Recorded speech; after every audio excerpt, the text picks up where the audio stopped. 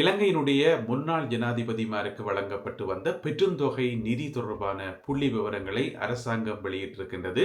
ஒவ்வொரு ஆண்டிலும் ஒவ்வொரு ஜனாதிபதிக்கும் எவ்வளவு தொகை ஒதுக்கப்பட்டது என்பது சம்பந்தமாக இந்த புள்ளி விவரம் இருக்கின்றது. இதிலே அதிக அளவு தொகை யாருக்கு ஒதுக்கப்பட்டிருக்கும் என்பதை நீங்களே ஊகிக்க முடியும். எனவே அந்த பட்டியல் குறித்து விரிவான செய்திகளை இந்த காணொளியில் பார்க்க இருக்கின்றோம். ரணில் விக்ரமசிங்கவினுடைய தலைமையில் ஐக்கிய தேசிய கட்சியினுடைய 79வது ஆண்டு விழா இம்மாதம் 20ஆம் திகதி நடைபெறும் என அறிவிக்கப்பட்டிருக்கிறது. அது குறித்தும் பார்க்க இருக்கின்றோம். கடந்த சில நாட்களில் பல்லாயிரக்கணக்கானவர்கள் போதைப் பொருளுடன் தொடர்புடைய குற்றச்சாட்டின் அடிப்படையில் கைது செய்யப்பட்டிருக்கிறார்கள்.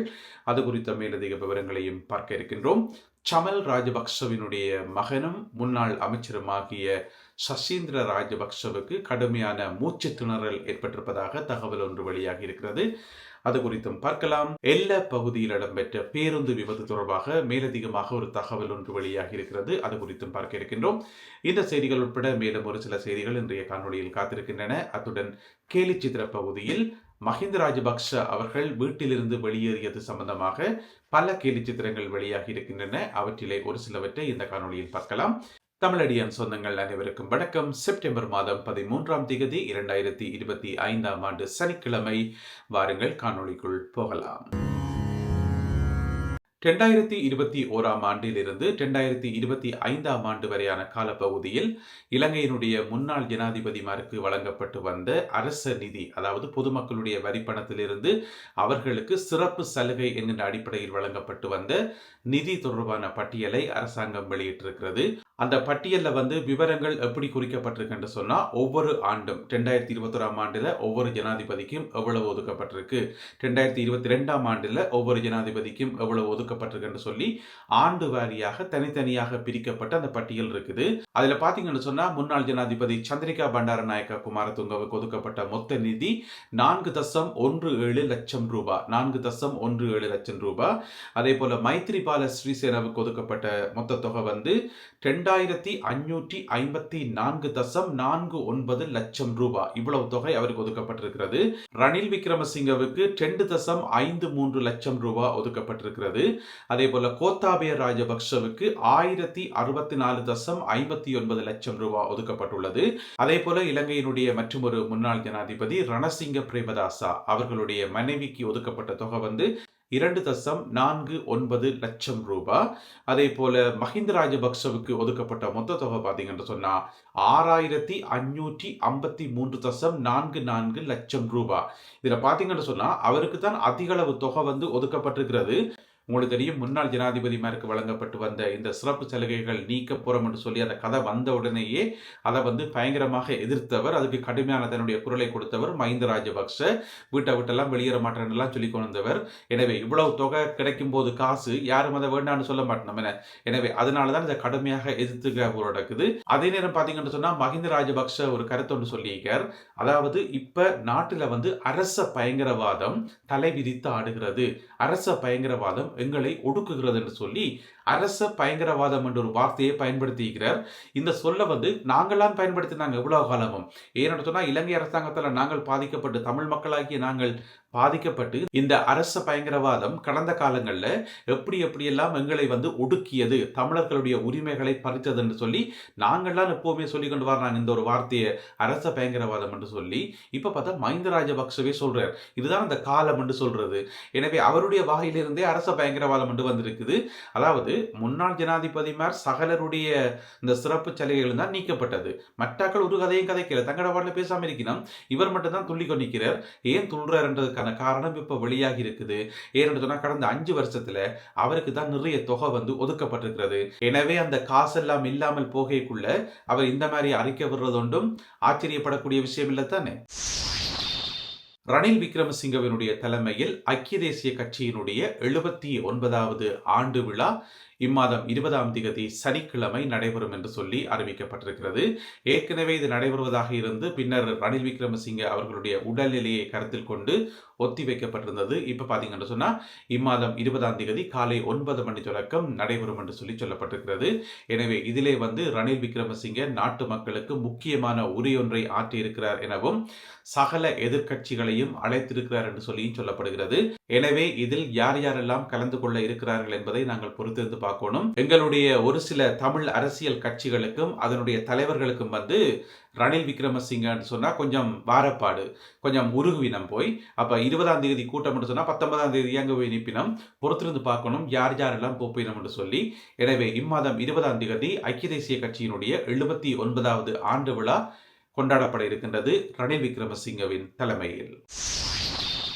இலங்கைக்கான சீன தூதுவர் ரணில் விக்ரமசிங்க அவர்களையும் மஹிந்த ராஜபக்ஷ அவர்களையும் அடுத்தடுத்து சந்தித்தது ஒரு பரபரப்பை உருவாக்கி இருக்கிறது. என்ன காரணத்துக்காக இந்த சந்திப்பு இடம்பெற்றது என்பது சம்பந்தமாக பல்வேறு விதமான ஊகங்கள் தெரிவிக்கப்படுகின்றன. பாத்தீங்கன்னு சொன்னா மஹிந்த ராஜபக்ஷ அவருடைய விஜயராம மாவட்ட வீடு இருக்கல்லோ அதுலேருந்து வெளியேறாக்கு முதல் அன்றைக்கு காலமே போயிட்டு சீன தூதுவர் போய் சந்திச்சவர், நேர சந்திச்சு காய்ச்சவர். அதுக்கு பிறகு பாத்தீங்கன்னு சொன்னா நேற்று ரணில் விக்ரமசிங்கவை சந்திச்சு காய்ச்சிக்கார். எனவே ஒரு நாள் இடைவெளியில அடுத்தடுத்து 2 முன்னாள் ஜனாதிபதி மேரையும் சீன தூதுவர் சந்தித்தது ஒரு பரபரப்பை உருவாக்கி இருக்கிறது. என்ன பேசிக்கொண்டார்கள் என்பது சம்பந்தமாக முழுமையான விவரங்கள் வெளிவரவில்லை.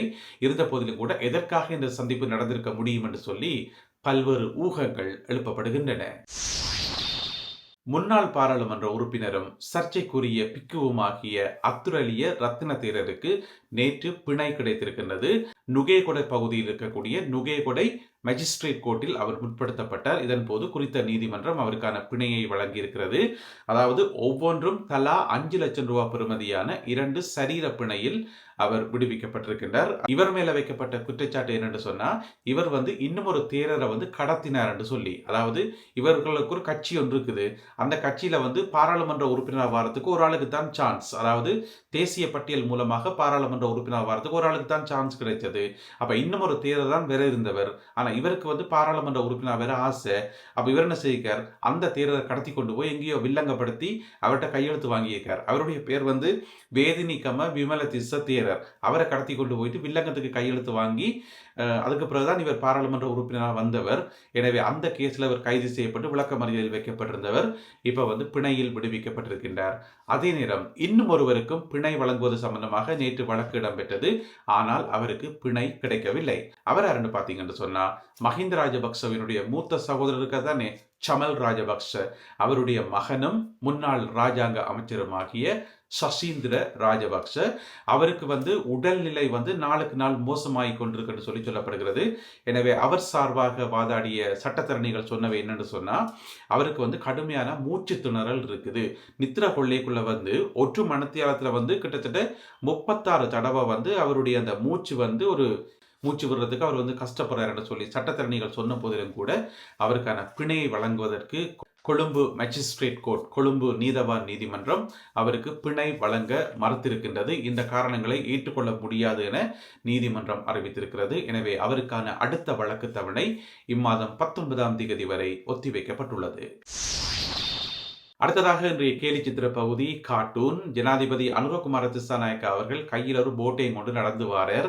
அதில் எழுதி கிடக்குது முன்னாள் ஜனாதிபதிமாருக்கான அந்த சிறப்பு சலுகைகள் நீக்கப்பட்டு என்று சொல்லி. அப்ப ஜனாதிபதி அனுரகுமார திசாநாயக்கா அவர்கள் நடந்து வரைக்குள்ள இப்படி கையை காட்டுறாரு, இப்படி வெற்றி என்ன மாதிரி காட்டுறாரு, எல்லாம் டன் யோக் டன் என்று சொல்லி காட்டுறாரு. பின்னுக்கு பாத்தீங்கன்னு சொன்னா ஒரு பத்தை ஒன்று இருக்கு. அந்த பத்தைகளால இலங்கையினுடைய முன்னாள் ஜனாதிபதிமார் 5 பேர் எட்டி பாக்கினம், ஆச்சரியத்தோடு எட்டி பாக்கினம் ஜனாதிபதி அனுரகுமார திசாநாயக்காவை சொல்லி முதலாவது கேலி சித்திரம் வரையப்பட்டிருக்கிறது. 2வது கேலி சித்திரம் பாத்தீங்கன்னு சொன்னா இதுல ஒரு வீடு ஒன்று இருக்குது. அந்த வீட்டில் எழுதப்பட்டிருக்கிறது ஒபிஷியல் ரெசிடென்ஸ் என்று சொல்லி, அதாவது இந்த முன்னாள் ஜனாதிபதிமார் வசிக்கக்கூடிய உத்தியோகபூர்வமான இல்லம் என்று சொல்லி. அதுல பாத்தீங்கன்னு சொன்னா ஜனாதிபதி அனுரகுமார திசாநாயக்கா அந்த சாம்பிராணி போடுறது தானே, அந்த சாம்பிராணி புகை காட்டுறது தானே. எனவே அதை ஒரு பக்கத்தால காட்டுறார், ஒரு பக்கம் ஜன்னலுக்கால அதை காட்டுறார். அப்ப வீட்டுக்கு இருக்கிறார்கள் இருக்கல அதை புகைக்குள்ள சுவாசிக்கிறதானே. அப்ப பின்பக்கத்தால வெளிக்கிட்டு ஓடுறார் ஒரு ஆள். அவர் யாருன்னு பாத்தீங்கன்னு சொன்னா அவர் தான் மஹிந்த ராஜபக்ஷ. மூட்டை முடிச்சுக்களையும் கட்டி கொண்டு ஓடுறார் அந்த பக்கத்தால. இது 2வது கேலி சித்திரம். 3வது கேலி சித்திரம் பாத்தீங்கன்னு சொன்னா ஒரு பின்னாம்பெரிய உருவம் ஒன்று இருக்குது, பிட்டிய உருவம். அந்த உருவம் யாருன்னு பாத்தீங்கன்னு சொன்னா அவர் தான் மஹிந்த ராஜபக்ஷ. அதாவது மஹிந்த ராஜபக்ஷவினுடைய உருவம், அவருக்கு கட்டி அமைக்கப்பட்ட அந்த உருவம் மிகப்பெரிய உருவம். கீழே பாத்தீங்கன்னு சொன்னா அதன் அடியில ஒரு சின்ன கதவு மாதிரி நடக்கு. அந்த கதவை திறந்து கொண்டு ஒரு ஆள் எடுக்கிறார் ஓட்டம். அவர் யாருன்னு பாத்தீங்கன்னு சொன்னா அவர் தான் மஹிந்த ராஜபக்ஷ. அவர் தான் மூட்டை முடிச்சுக்களோட ஓடுறார் உண்மையான மஹிந்த ராஜபக்ஷ. எனவே அவருக்கு கட்டி எழுப்பப்பட்ட அந்த பிம்பம் பெரிய பிம்பம். ஆனா அவர் அங்கிருந்து தப்பி ஓடுறார் என்று சொல்லி இந்த 3வது கேலி சித்திரம் வரையப்பட்டிருக்கிறது.